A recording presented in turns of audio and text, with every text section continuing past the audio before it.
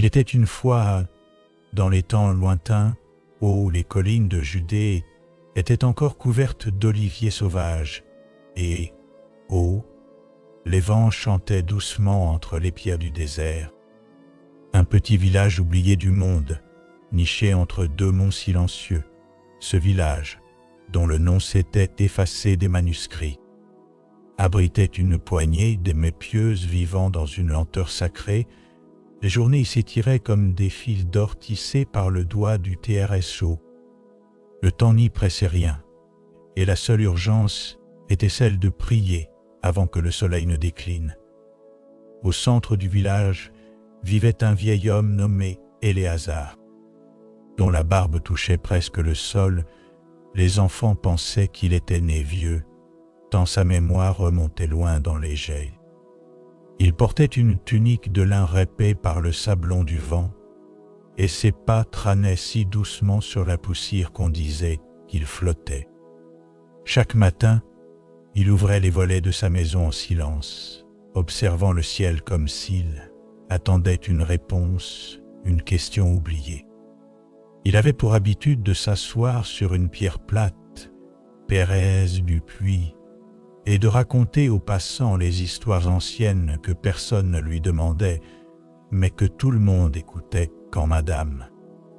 Bercé par la monotonie de sa voix, un jour, alors que le soleil paresseux peinait s'élever au-dessus de la vallée, Éléazar raconta une histoire que madame Lépluché n'avait jamais entendue. Il parlait d'un homme nommé Iramiel, prêtre d'un sanctuaire oublié, situé au sommet d'une montagne plate où aucun oiseau ne volait. Iramiel n'avait pas quitté sa cellule depuis 40 ans. Il jeûnait chaque jour sauf le sabbat, buvait l'eau recueillie goutte-goutte dans un vase de pierre, et lisait les rouleaux de cuir, la lumière d'une lampe huile qu'il n'éteignait jamais.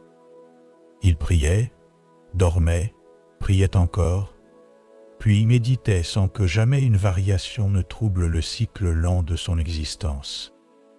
Les villageois écoutaient, fascinés, mais le rythme lent de la voix d'Éléazar les enveloppait peu comme un voile de coton. Certains fermaient les yeux, personne ne savait si Iramiel était encore en vie, ou s'il n'était qu'un murmure de la mémoire divine. Mais Éléazar poursuivit, sa voix toujours plus calme, plus basse. Il dit qu'un jour, Iramiel reut une vision, pas un Hervé. Non, car il ne rêvait jamais. Il vivait dans un état entre veille et sommeil, où les songes glissent sans bruit, comme des nuages sur la mer morte. Dans cette vision, un ange cisèle et sans visage lui tendit un fruit d'argile. Iramiel le prit et le garda dans sa main fermée durant 7 jours, jusque ce que le fruit devienne poussière. À partir de ce jour, racontait Éléazar, Iramiel cessa de parler. Il entra dans un silence si profond qu'on entendait la poussière tomber sur les rouleaux sacrés. Il ne priait plus voix haute, mais son souffle semblait réciter les psaumes anciens. Chaque expiration portait un verset oublié. Ainsi passent 7 années de silence, les plantes grimpantes envahirent l'entrée de sa cellule, mais il n'en sortait jamais. Un jour, les pleurins qui montaient la montagne ne trouvrent plus sa porte. Ils prirent devant la roche et redescendirent sans bruit. Éléazar fit une pause. Le vent tournait doucement autour du puits, puis il poursuivit, toujours plus lentement, comme s'il voulait allonger les mots pour ne jamais les finir. Il dit que des siècles plus tard, un jeune scribe nommé Azariel trouva dans un manuscrit moisi le nom de Iramiel, écrit l'envers. Intrigué, il partit à la recherche de la montagne plate. Son voyage dura 90 jours, car il sortait pour prier chaque arbre, chaque pierre, et parfois madame devant des ombres. Il ne mangeait que des dattes chais et écrivait chaque nuit ce qu'il n'avait pas vu. Lorsqu'il atteignit enfin le sommet de la montagne, le silence était si épais qu'il sentit son cœur ralentir. Il ne trouva ni porte, ni sanctuaire. Mais au centre d'un cercle de pierres plates, il vit un vase de pierre. Il y avait de l'eau, claire et immobile. Malgré l'absence de source, il s'y regarda et vit son reflet terrestre vieux. Alors qu'il n'avait que 30 ans, il comprit alors qu'il devait rester elle. Il s'assit et comme la prié, d'abord haute voix, puis en murmurant, puis en silence, et nul ne l'a jamais revu. Ce point du récit. Les enfants s'étaient endormis, la tête sur les genoux de leur mère. Les vieillards avaient fermé les yeux non par fatigue, mais comme en méditation. Éléazar ne parlait plus, il regardait le ciel plier lentement. Le vent s'était tu, les feuilles s'étaient heurtées. Il se leva, rentra chez lui sans bruit, laissant derrière lui un village plongé dans une douce torpeur sacrée le lendemain. Alors que les coqs n'avaient pas encore osé chanter, une brume épaisse recouvrait le village, ce genre de brume douce, presque tide, que l'on croit parfois toucher sans jamais y parvenir. Éléazar, comme chaque jour, s'installa PRS du puits. Mais ce matin, il ne dit mot, il semblait attendre. Les premiers passés furent des tisserandes, leurs paniers vides sur la tête, allant vers le ruisseau. Elles saluèrent Éléazar d'un hochement de tête, mais il resta immobile, les yeux fixés vers l'est. Elle, le soleil, aurait dépercé. Puis, la 6e heure, il leva enfin la main. Cela suffisait pour rassembler l'attention. Un banc fut amené, puis 2, puis des pierres plates disposées en cercle. Ce jour, il ne raconta pas une légende oubliée, mais une mémoire TRS ancienne. Remontant avant Madame les patriarches, il dit que bien avant Abraham, bien avant Noé, un homme nommé Shaoul, différent de celui qu'on connaît, errait dans un désert de silence. Shaoul n'avait ni maison, ni famille, ni troupeau. Il marchait lentement, pieds nus, depuis ce qui semble être l'aube des temps. Il ne parlait pas, car il n'avait encore appris aucun nom. Chaque pas, il ramassait une pierre et la jetait derrière lui. Ainsi trahait-il une ligne, un sentier que personne ne suivait. Il ne connaissait pas la faim, car il mâchait des racines âmres sans y penser. Il ne connaissait pas la soif, car il buvait les gouttes de rosée déposées sur les cailloux. Un jour, après ce qui aurait pu être 10 000 pas ou 100 000 jours, Shaoul rencontra un arbre. Il n'y avait jamais vu d'arbre auparavant.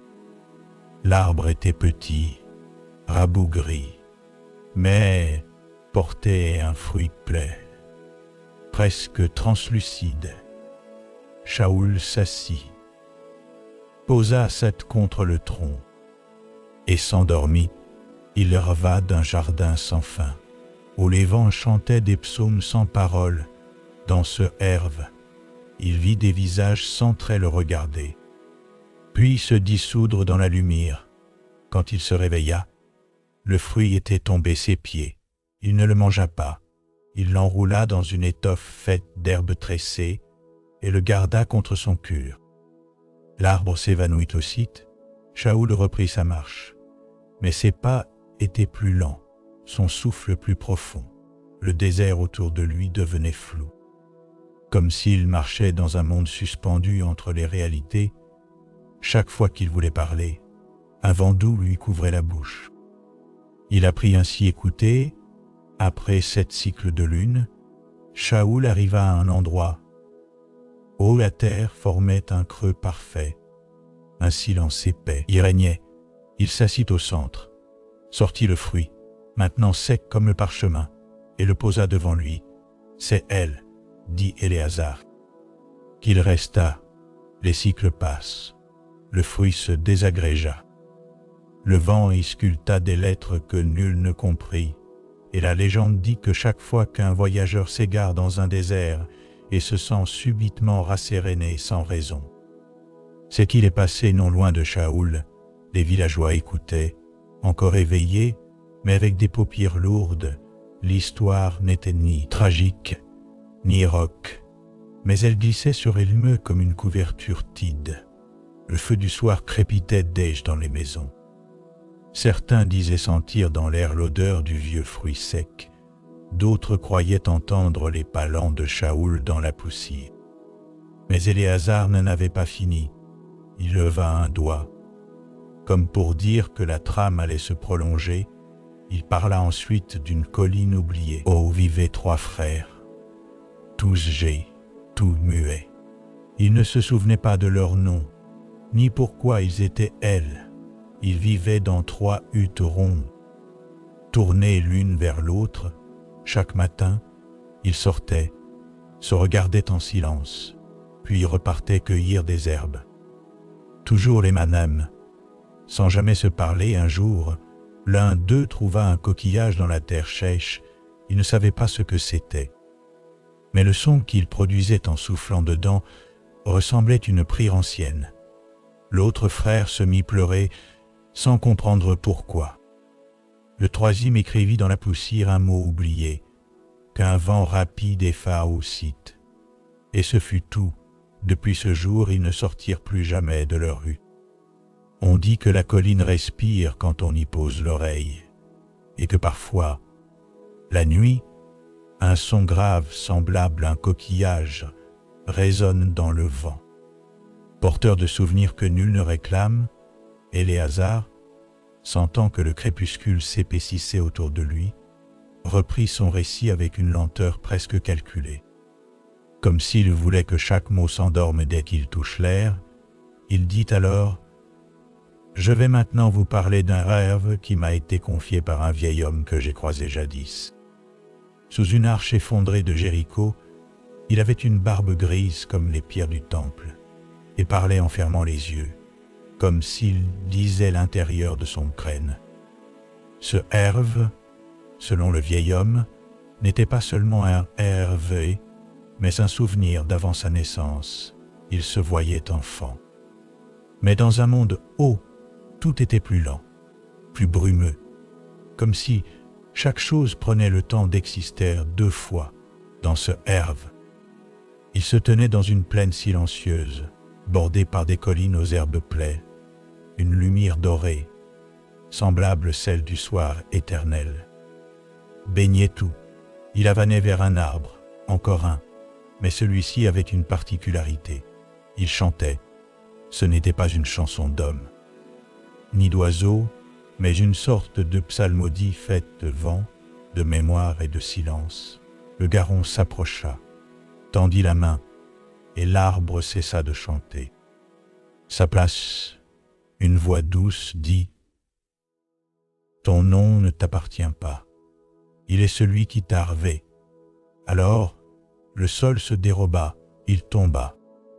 Non pas vers le bas, mais vers l'intérieur, comme si son propre cœur devenait un escalier, et il vit en lui 3 portes. La première s'ouvrait sur une mer d'huile, lisse et infinie, la deuxième sur une montagne couverte de linge blanc qui flottait sans vent, et la troisième sur une ville muette. Oh, les gens marchaient reculons, les yeux fermés. Il n'entra dans aucune, il resta elle. Debout, regardé, et il comprit que ce rêve n'était pas un lieu, mais un temps, celui entre 2 respirations de Dieu, lorsque le vieillard ouvrit les yeux. Il ne dit plus un mot, il se leva, marcha jusque l'arche brisée, et disparut. Éléazar n'avait jamais su s'il était réel ou déjà un songe. Cette nuit, alors que les auditeurs se dispersaient lentement, un jeune garron revint auprès d'Éléazar et lui demanda à voix basse « Est-ce que ces histoires sont vraies ?» Éléazar sourit et répondit « Ce qui endort le cœur dans la paix est toujours vrai, madame, si personne ne peut le prouver. » Et puis, alors que la lune était haute, il raconta une dernière chose. C'était l'histoire d'un parchemin qui n'avait jamais été écrit. un rouleau vide, posé dans un coffre de pierre au fond d'une caverne, et que personne n'avait jamais ouvert, ceux qui en rêvaient. Sans le connaître, disaient que lire ce parchemin faisait oublier la peur, le froid, l'ambition. Mais pour le lire, il fallait d'abord cesser d'espérer. Une jeune femme nommée Azriela partit à la recherche de cette caverne. Elle marcha pendant 37 jours travers des plaines stériles. Et chaque nuit, elle rêvait de lieux qu'elle n'avait jamais vus. Des couloirs sous l'eau, des bibliothèques où les livres pleuraient. Des montagnes inversées. Quand elle arriva enfin à l'entrée de la caverne, elle fut accueillie par une brise tiède, l'intérieur. Elle ne trouva ni ombre ni écho. Elle marcha lentement, comme dans un ventre endormi, et elle, posée sur une dalle de sel, était le rouleau. Mais lorsqu'elle l'ouvrit, il ne contenait rien, juste un souffle, un parfum doux, semblable à l'encens des anciens autels. Elle comprit que le message n'était pas fait d'encre, mais de présence, et que lire ce parchemin revenait accepter le silence comme mâtre. Azriela ne revint jamais au village. On dit qu'elle dort encore, quelque part dans les replis du monde, veillant sur ceux qui osent écouter les choses muettes. Éléazar, qui semblait s'éteindre à mesure que ses paroles s'allongeaient, murmura pour conclure une dernière légende qu'il disait avoir entendue dans sa jeunesse. Alors qu'il vivait encore parmi les scribes des confins de la Judée, c'était l'histoire d'un objet modeste, une jarre ni précieuse, ni décorée, posée dans une pisse ronde que personne ne nettoyait jamais, mais que personne n'oubliait non plus. Elle se trouvait dans un sanctuaire si ancien que madame les plus vieilles pierres du temple n'en connaissait pas la date. On disait que cette jarre contenait le sommeil de tous les prophètes, selon la légende. Chaque fois qu'un prophète s'endormait pour la dernière fois, son dernier souffle, son dernier herve et la dernière vibration de son cœur venaient se reposer dans cette jarre, comme une pluie lente. C'était un sommeil pur, sacré, sans rêve et sans peur, un repos qui ne pesait rien, et ceux qui approchaient leur oreille de la jarre, s'ils le faisaient sans orgueil, entendaient un bruit tierce léger, comme celui de la laine que l'on plie ou d'un livre que l'on referme. Éléazar n'avait jamais vu cette jarre, mais une fois, un homme venu du désert du Negev, vêtu d'un manteau cousu de sable et de brise, lui avait raconté que son prêtre, lui madame voyant, l'avait touché dans son sommeil. Depuis, disait l'homme, il ne pouvait plus parler sans endormir ceux qui l'écoutaient. Et c'est ainsi que, pendant des années, il avait été payé pour rester Pérès des malades et leur raconter des histoires de pluie qui ne mouillent pas, de vent qui oublie où aller, ou de voix qui s'enroulent dans la lumière. Éléazar fit une pause. Son regard s'était perdu quelque part entre les flammes des torches et les ombres qui rampaient le long des colonnes. Il ajouta avec un soupir presque imperceptible: « Quand viendra la fin, ce ne sera pas avec des trompettes ni du feu, mais avec un bîlement sacré, un bîlement si long qu'il contiendra tous les autres. » Et ainsi s'acheva son récit. Les derniers auditeurs, que la torpeur avait déjà enveloppés, glissent dans le sommeil comme des feuilles tombant sans bruit dans un bassin de pierre tiède. Le sol, la nuit, les cieux, tout semblait biller en silence. Le vieux Éléazar referma les yeux, et pendant un instant, le monde sembla retenir son souffle, comme si lui aussi, enfin, voulait dormir.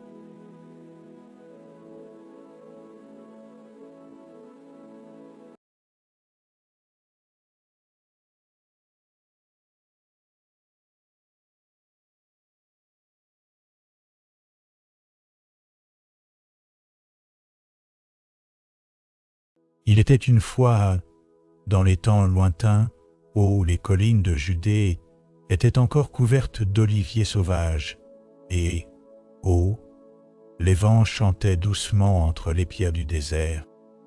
Un petit village oublié du monde, niché entre deux monts silencieux, ce village, dont le nom s'était effacé des manuscrits, abritait une poignée d'aimer pieuses vivant dans une lenteur sacrée.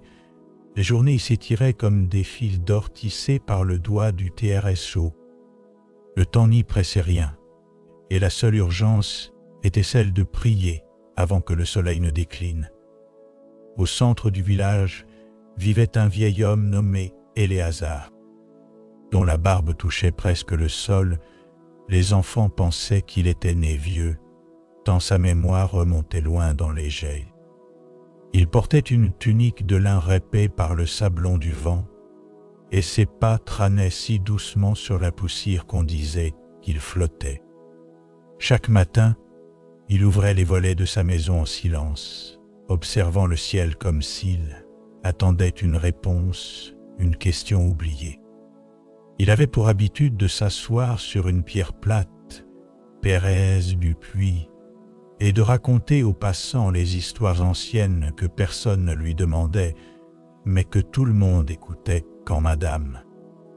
Bercé par la monotonie de sa voix, un jour, alors que le soleil paresseux peinait s'élever au-dessus de la vallée, Éléazar raconta une histoire que madame l'Épluchée n'avait jamais entendue. Il parlait d'un homme nommé Iramiel, prêtre d'un sanctuaire oublié, situé au sommet d'une montagne plate où aucun oiseau ne volait. Iramiel n'avait pas quitté sa cellule depuis 40 ans. Il jeûnait chaque jour sauf le sabbat, buvait l'eau recueillie goutte-goutte dans un vase de pierre, et lisait les rouleaux de cuir, la lumière d'une lampe huile qu'il n'éteignait jamais. Il priait, dormait, priait encore, puis méditait sans que jamais une variation ne trouble le cycle lent de son existence. Les villageois écoutaient, fascinés, mais le rythme lent de la voix d'Éléazar les enveloppait peu comme un voile de coton.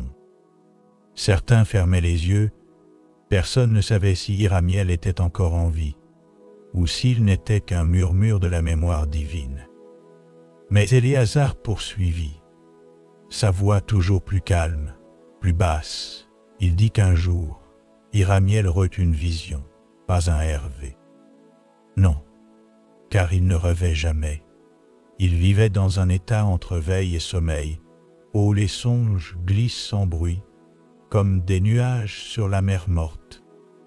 Dans cette vision, un ange cisèle et sans visage lui tendit un fruit d'argile.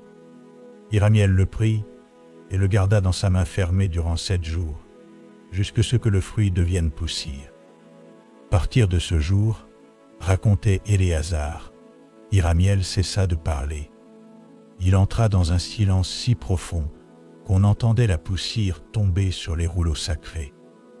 Il ne priait plus voix haute, mais son souffle semblait réciter les psaumes anciens. Chaque expiration portait un verset oublié. Ainsi passent 7 années de silence. Les plantes grimpantes envahirent l'entrée de sa cellule, mais il n'en sortait jamais.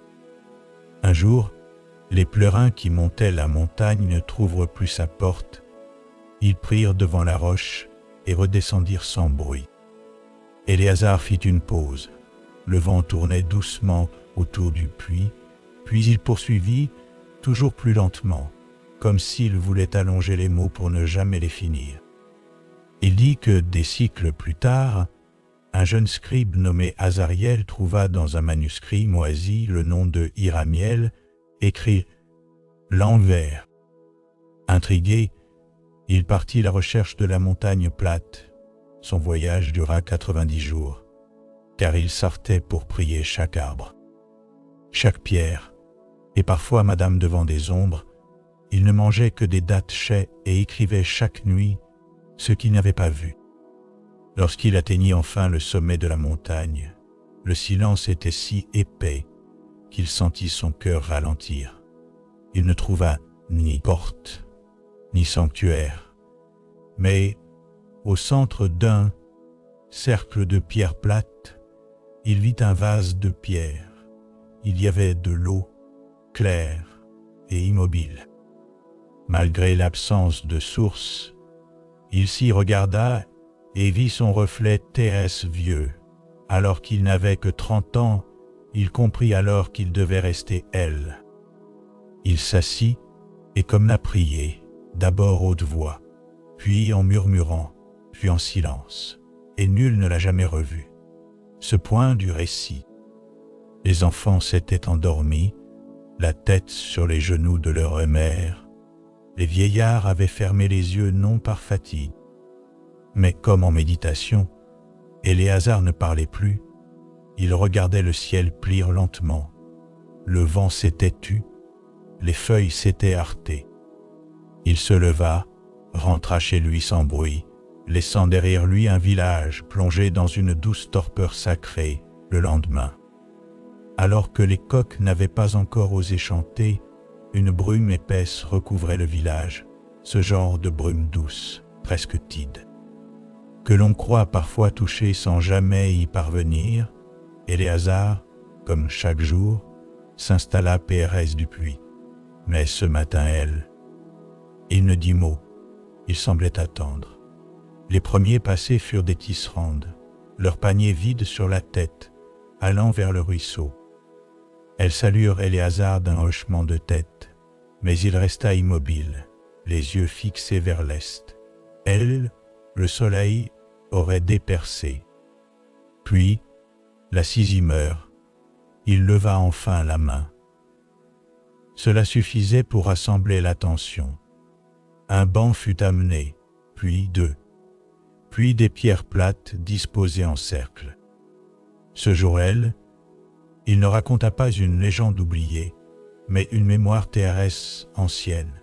Remontant avant Madame les patriarches, il dit que bien avant Abraham, bien avant Noé, un homme nommé Shaoul, différent de celui qu'on connaît, errait dans un désert de silence. Shaoul n'avait ni maison, ni famille, ni troupeau. Il marchait lentement, pieds nus, depuis ce qui semble être l'aube des temps.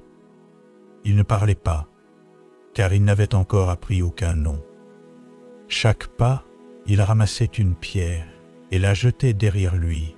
Ainsi trahait-il une ligne, un sentier que personne ne suivait. Il ne connaissait pas la fin, car il mâchait des racines âmres sans y penser. Il ne connaissait pas la soif, car il buvait les gouttes de rosée déposées sur les cailloux. Un jour, après ce qui aurait pu être 10 000 pas ou 100 000 jours, Shaoul rencontra un arbre. Il n'y avait jamais vu d'arbre auparavant. L'arbre était petit, rabougri, mais portait un fruit plein, presque translucide. Shaoul s'assit, posa sa tête contre le tronc et s'endormit. Il reva d'un jardin sans fin, où les vents chantaient des psaumes sans paroles. Dans ce herve, il vit des visages sans trait le regarder, puis se dissoudre dans la lumière. Quand il se réveilla, le fruit était tombé ses pieds. Il ne le mangea pas. Il l'enroula dans une étoffe faite d'herbes tressées et le garda contre son cœur. L'arbre s'évanouit aussitôt. Shaoul reprit sa marche, mais ses pas étaient plus lents, son souffle plus profond. Le désert autour de lui devenait flou, comme s'il marchait dans un monde suspendu entre les réalités. Chaque fois qu'il voulait parler, un vent doux lui couvrait la bouche. Il apprit ainsi écouter. Après 7 cycles de lune, Shaoul arriva à un endroit où la terre formait un creux parfait. Un silence épais y régnait. Il s'assit au centre, sortit le fruit, maintenant sec comme le parchemin, et le posa devant lui. « C'est elle, » dit Éléazar. Qu'il resta, les cycles passent. Le fruit se désagrégea. Le vent y sculpta des lettres que nul ne comprit, et la légende dit que chaque fois qu'un voyageur s'égare dans un désert et se sent subitement rasséréné sans raison, c'est qu'il est passé non loin de Shaoul. Les villageois écoutaient, encore éveillés, mais avec des paupières lourdes, L'histoire n'était ni tragique, ni rock, mais elle glissait sur elle-même comme une couverture tide. Le feu du soir crépitait déjà dans les maisons. Certains disaient sentir dans l'air l'odeur du vieux fruit sec, d'autres croyaient entendre les pas lents de Shaoul dans la poussière. Mais Éléazar n'en avait pas fini. Il leva un doigt. Comme pour dire que la trame allait se prolonger, il parla ensuite d'une colline oubliée où vivaient 3 frères, tous gais, tous muets. Ils ne se souvenaient pas de leur nom, ni pourquoi ils étaient elles. Ils vivaient dans 3 huttes rondes. Tournées l'une vers l'autre, chaque matin, ils sortaient, se regardaient en silence, puis repartaient cueillir des herbes. Toujours les mêmes. Sans jamais se parler, un jour, l'un d'eux trouva un coquillage dans la terre sèche. Il ne savait pas ce que c'était. Mais le son qu'il produisait en soufflant dedans ressemblait à une prière ancienne. L'autre frère se mit pleurer sans comprendre pourquoi. Le troisième écrivit dans la poussière un mot oublié, qu'un vent rapide effa au site. Et ce fut tout. Depuis ce jour, ils ne sortirent plus jamais de leur rue. On dit que la colline respire quand on y pose l'oreille, et que parfois, la nuit, un son grave semblable à un coquillage résonne dans le vent. Porteur de souvenirs que nul ne réclame, Éléazar, sentant que le crépuscule s'épaississait autour de lui, reprit son récit avec une lenteur presque calculée. Comme s'il voulait que chaque mot s'endorme dès qu'il touche l'air, il dit alors « Je vais maintenant vous parler d'un rêve qui m'a été confié par un vieil homme que j'ai croisé jadis. Sous une arche effondrée de Jéricho, il avait une barbe grise comme les pierres du temple et parlait en fermant les yeux, comme s'il lisait l'intérieur de son crâne. Ce Herve, selon le vieil homme, n'était pas seulement un Hervé, mais un souvenir d'avant sa naissance. Il se voyait enfant. Mais dans un monde haut, tout était plus lent, plus brumeux, comme si chaque chose prenait le temps d'exister 2 fois dans ce Herve. Il se tenait dans une plaine silencieuse, bordée par des collines aux herbes plaies, une lumière dorée, semblable celle du soir éternel. Baignait tout. Il avanait vers un arbre, encore un, mais celui-ci avait une particularité. Il chantait. Ce n'était pas une chanson d'homme, ni d'oiseau, mais une sorte de psalmodie faite de vent, de mémoire et de silence. Le garron s'approcha, tendit la main, et l'arbre cessa de chanter.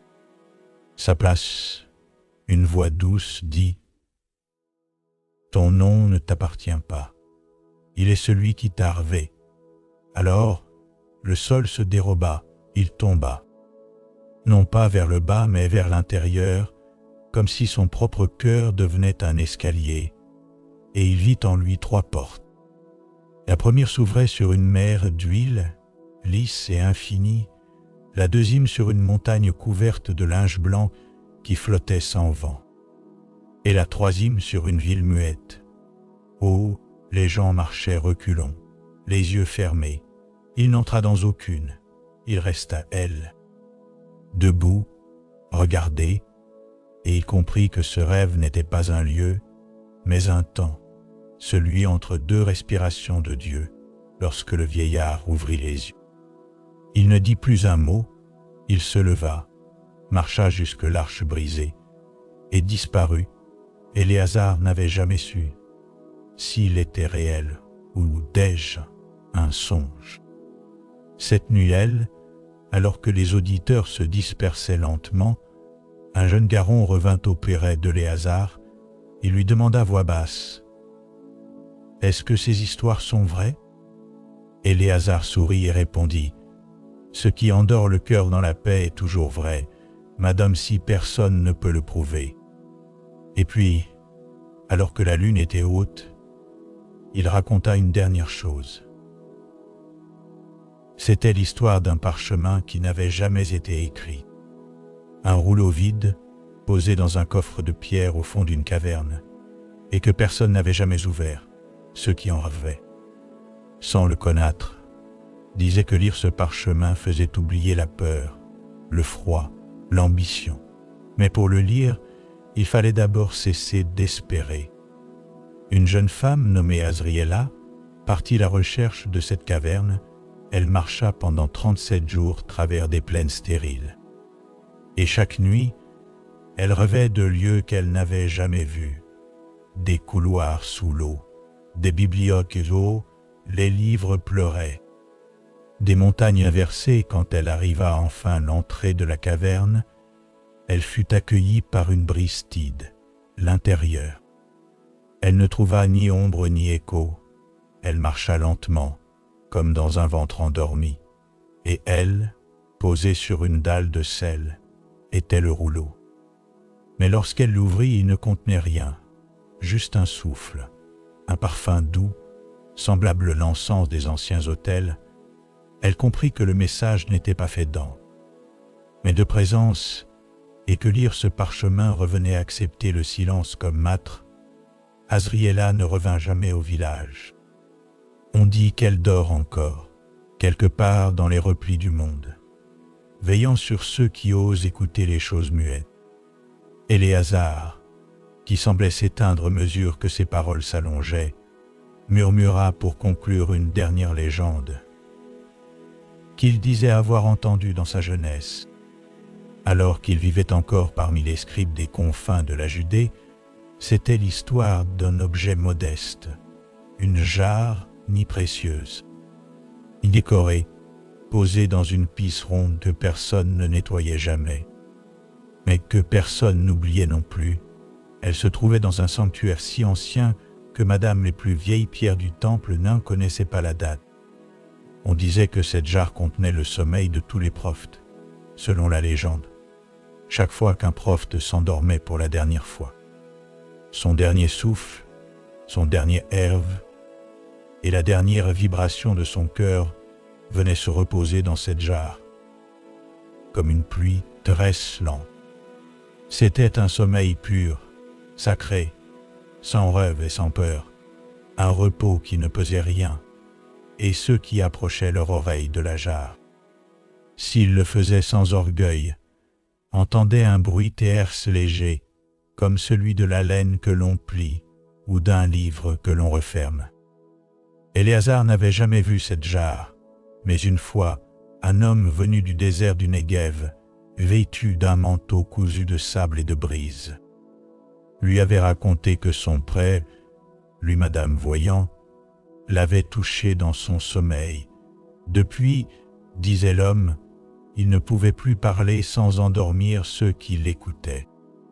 Et c'est ainsi que, pendant des années, il avait été payé pour rester Pérès des malades et leur raconter des histoires de pluie qui ne mouillent pas, de vent qui oublie où aller, ou de voix qui s'enroulent dans la lumière. Éléazar fit une pause. Son regard s'était perdu quelque part entre les flammes des torches et les ombres qui rampaient le long des colonnes. Il ajouta avec un soupir presque imperceptible: « Quand viendra la fin, ce ne sera pas avec des trompettes ni du feu, mais avec un bîlement sacré, un bîlement si long qu'il contiendra tous les autres. » Et ainsi s'acheva son récit. Les derniers auditeurs, que la torpeur avait déjà enveloppés, glissent dans le sommeil comme des feuilles tombant sans bruit dans un bassin de pierre tiède. Le sol, la nuit, les cieux, tout semblait biller en silence. Le vieux Éléazar referma les yeux, et pendant un instant, le monde sembla retenir son souffle, comme si lui aussi, enfin, voulait dormir.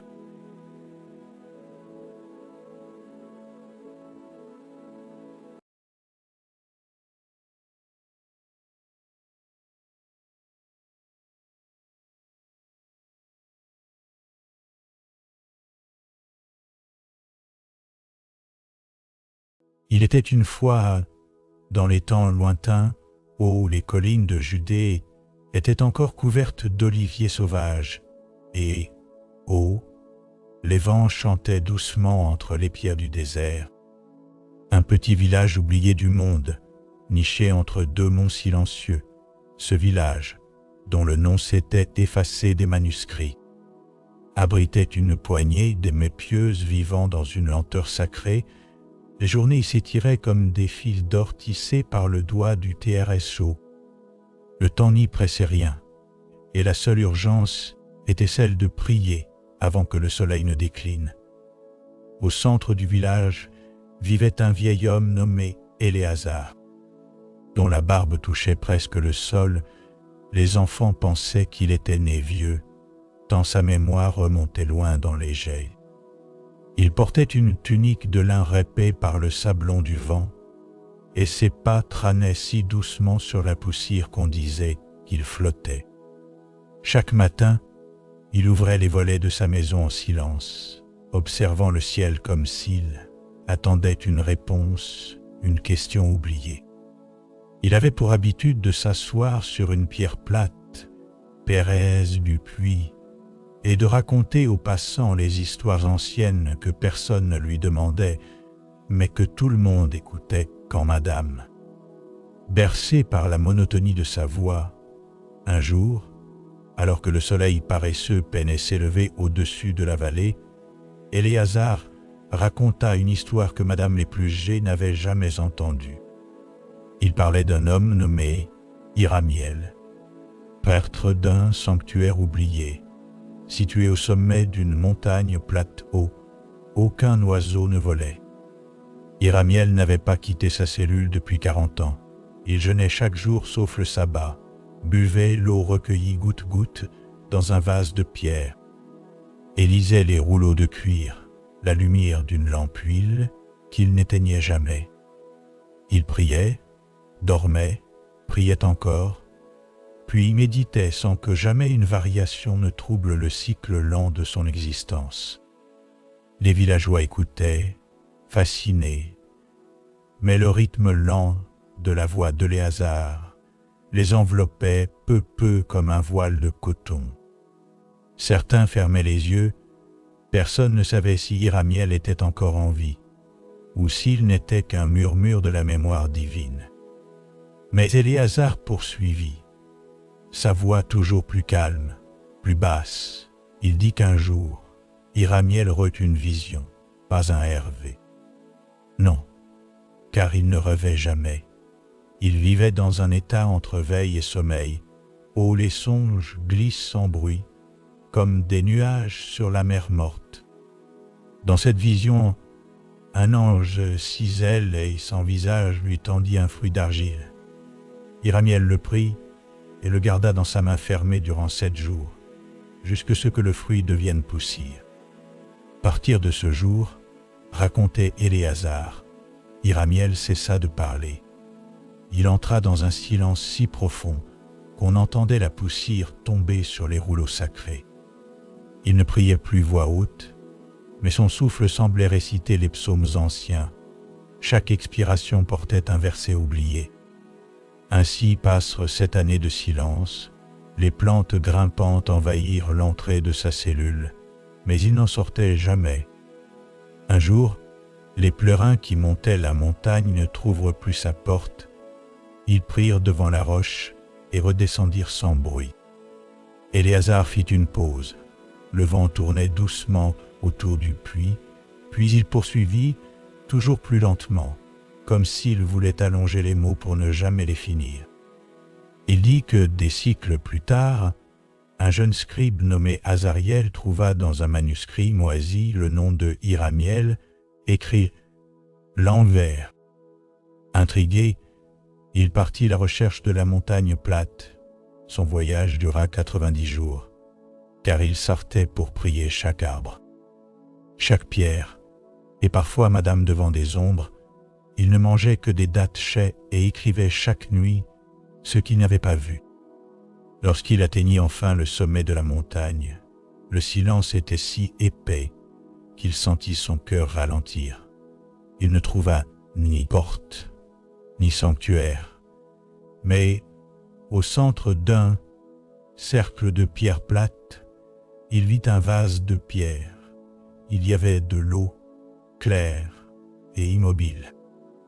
Malgré l'absence de source, il s'y regarda et vit son reflet terrestre vieux. Alors qu'il n'avait que 30 ans, il comprit alors qu'il devait rester elle.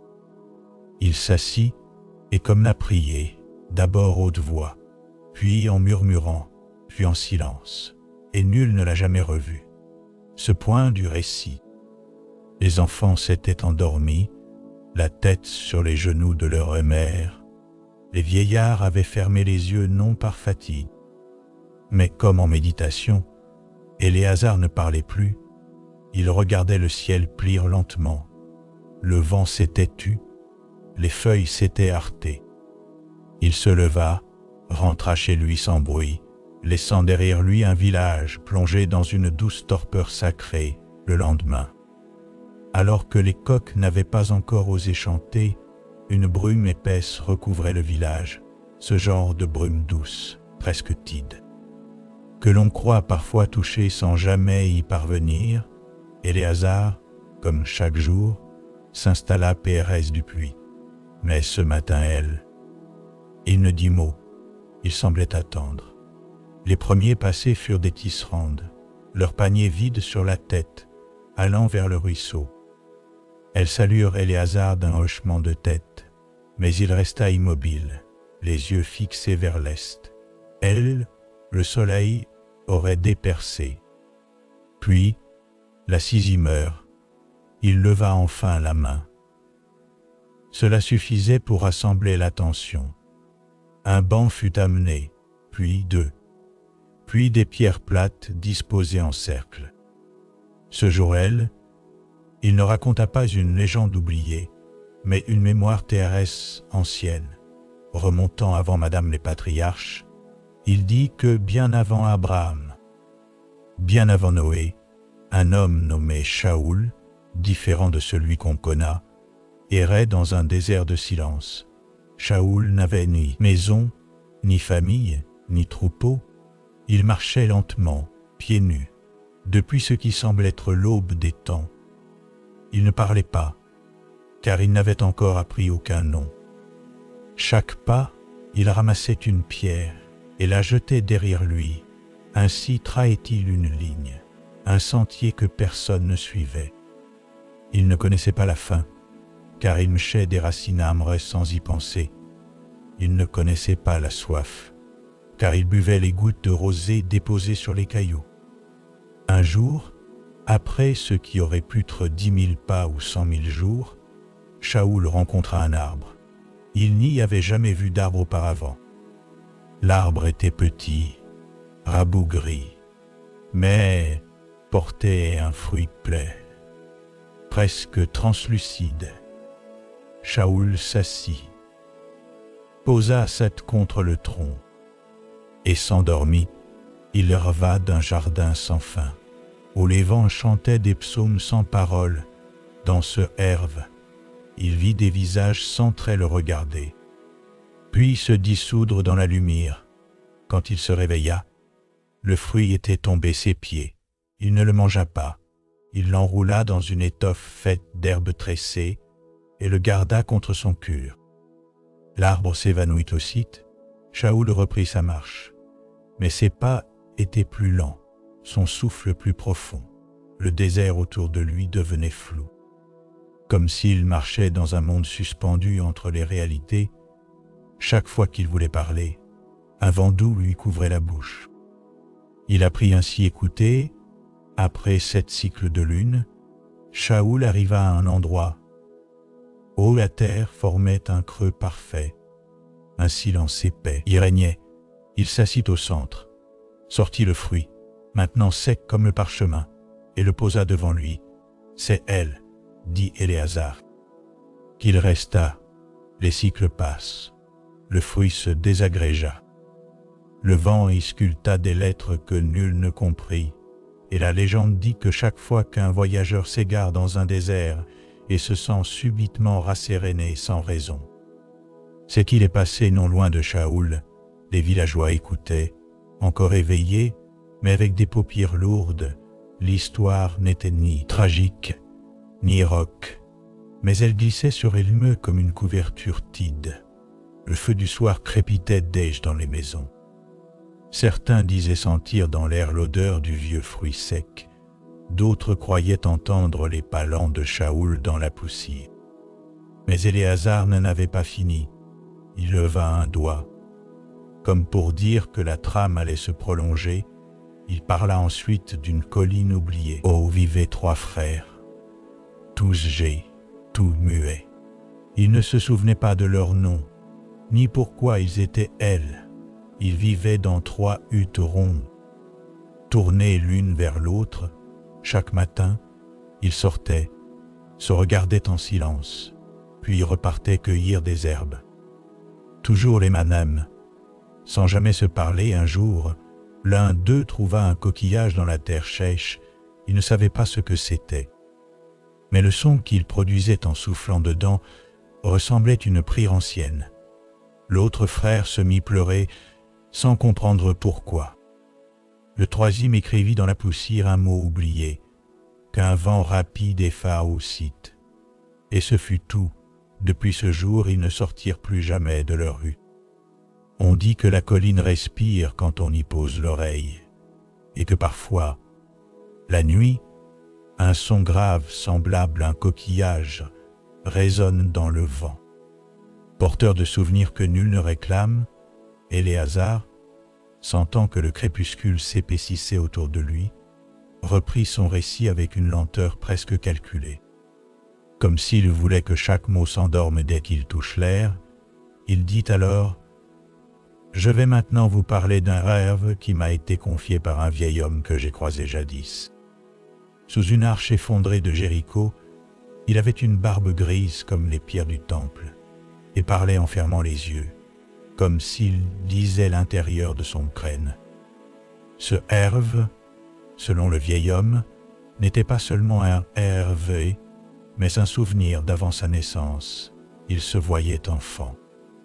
Mais dans un monde haut, tout était plus lent, plus brumeux, comme si chaque chose prenait le temps d'exister 2 fois dans ce Herve. Il se tenait dans une plaine silencieuse, bordée par des collines aux herbes plaies, une lumière dorée, semblable celle du soir éternel. Baignait tout. Il avanait vers un arbre, encore un, mais celui-ci avait une particularité. Il chantait. Ce n'était pas une chanson d'homme, ni d'oiseau, mais une sorte de psalmodie faite de vent, de mémoire et de silence. Le garron s'approcha, tendit la main, et l'arbre cessa de chanter. Sa place, une voix douce dit « Ton nom ne t'appartient pas, il est celui qui t'a rêvé. » Alors, le sol se déroba, il tomba, non pas vers le bas, mais vers l'intérieur, comme si son propre cœur devenait un escalier, et il vit en lui 3 portes. La première s'ouvrait sur une mer d'huile, lisse et infinie, la deuxième sur une montagne couverte de linge blanc qui flottait sans vent, et la troisième sur une ville muette. Oh, les gens marchaient reculons, les yeux fermés. Il n'entra dans aucune, il resta elle. Debout, regardé, et il comprit que ce rêve n'était pas un lieu, mais un temps, celui entre 2 respirations de Dieu, lorsque le vieillard ouvrit les yeux. Il ne dit plus un mot, il se leva, marcha jusque l'arche brisée, et disparut. Éléazar n'avait jamais su s'il était réel ou déjà un songe. Cette nuit, alors que les auditeurs se dispersaient lentement, un jeune garron revint auprès d'Éléazar et lui demanda à voix basse « Est-ce que ces histoires sont vraies ?» Éléazar sourit et répondit « Ce qui endort le cœur dans la paix est toujours vrai, madame, si personne ne peut le prouver. » Et puis, alors que la lune était haute, il raconta une dernière chose. C'était l'histoire d'un parchemin qui n'avait jamais été écrit.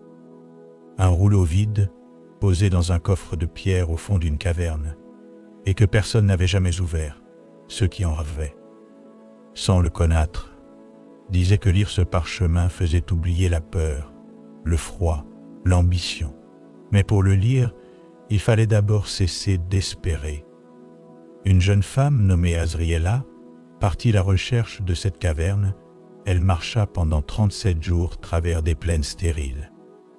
Et chaque nuit, elle rêvait de lieux qu'elle n'avait jamais vus. Des couloirs sous l'eau, des bibliothèques où les livres pleuraient. Des montagnes inversées. Quand elle arriva enfin à l'entrée de la caverne, elle fut accueillie par une brise tiède, l'intérieur. Elle ne trouva ni ombre ni écho. Elle marcha lentement, comme dans un ventre endormi, et elle, posée sur une dalle de sel, était le rouleau. Mais lorsqu'elle l'ouvrit, il ne contenait rien, juste un souffle, un parfum doux, semblable à l'encens des anciens autels. Elle comprit que le message n'était pas fait d'encre, mais de présence, et que lire ce parchemin revenait accepter le silence comme mâtre. Azriela ne revint jamais au village.